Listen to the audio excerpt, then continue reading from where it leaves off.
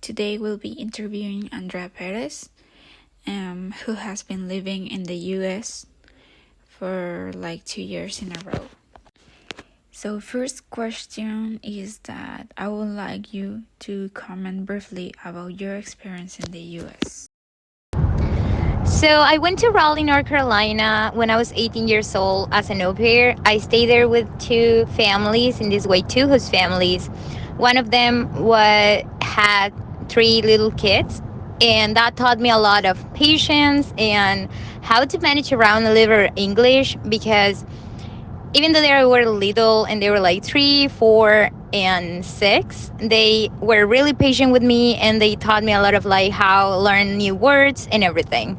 And the second family was teenagers, so that taught me of how to have like little but older friends at the same time because they were like my best friends. I got to hang out with them, and also they were like Indian family, so between like an American and Mexican and an Indian family that makes like three different cultures. So that was awesome for me. And also I get to travel like all the East Coast. So that was a great experience as an au pair because not a lot of au pairs got the chance to actually do that. Even though I was in the COVID times for like a year and a half there, I still experienced like a lot of connection with the host families, and everything that I did with them was because I was in COVID time. So I'm really thankful for that. But yeah. I would like you to comment about the similarities during your stay in this foreign country.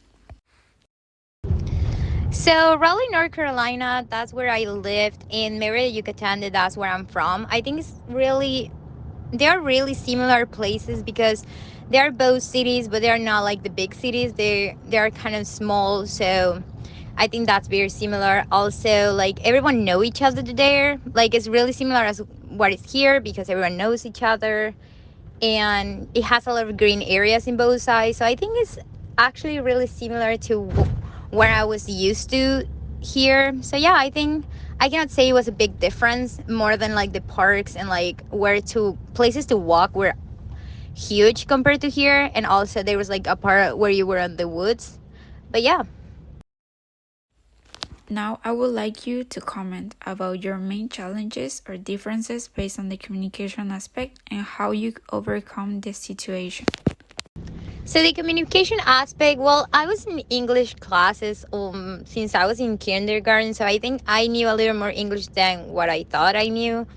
But in the moment that I got there, I met friends really quick. So I guess I just like, in the beginning, it was just, of course, a little bit of shyness involved where I was like afraid to talk and like to say anything wrong.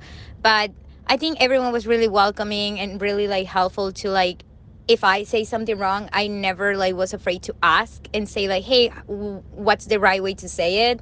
So I think basically to like not be shy, they're there to help. And if someone is rude, just ignoring them because I mean, everyone in every country have different languages, so patience is the main thing. Now, I would like you to provide alternatives or suggestions in order to face intercultural communication misunderstandings.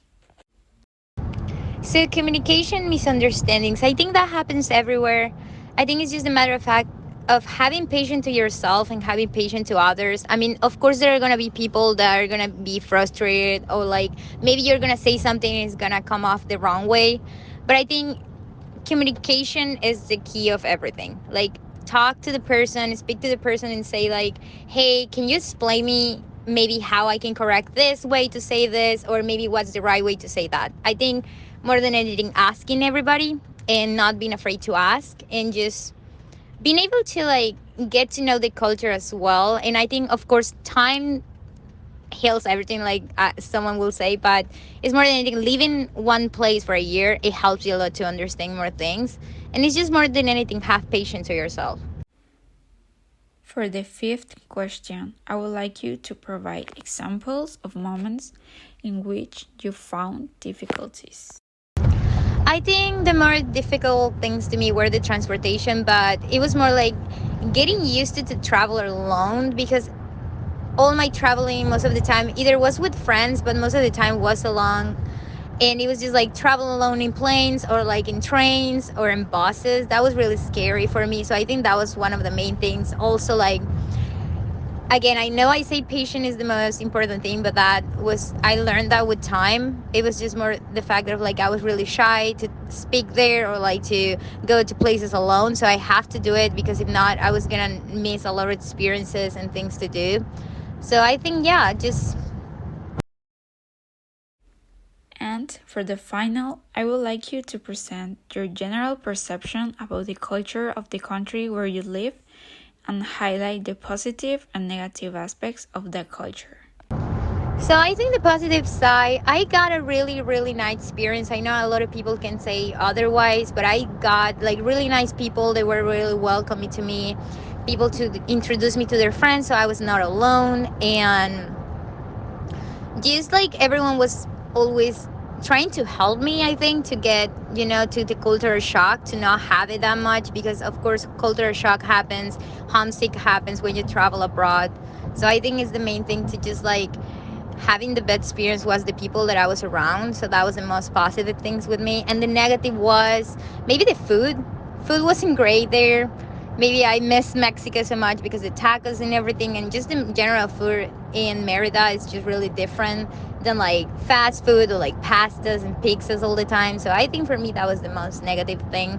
But I learned how to cook, so I will take that as a positive thing. So yeah, I think those are the two examples that I can think about. That's all for this interview. I hope you like the answers and have a good night.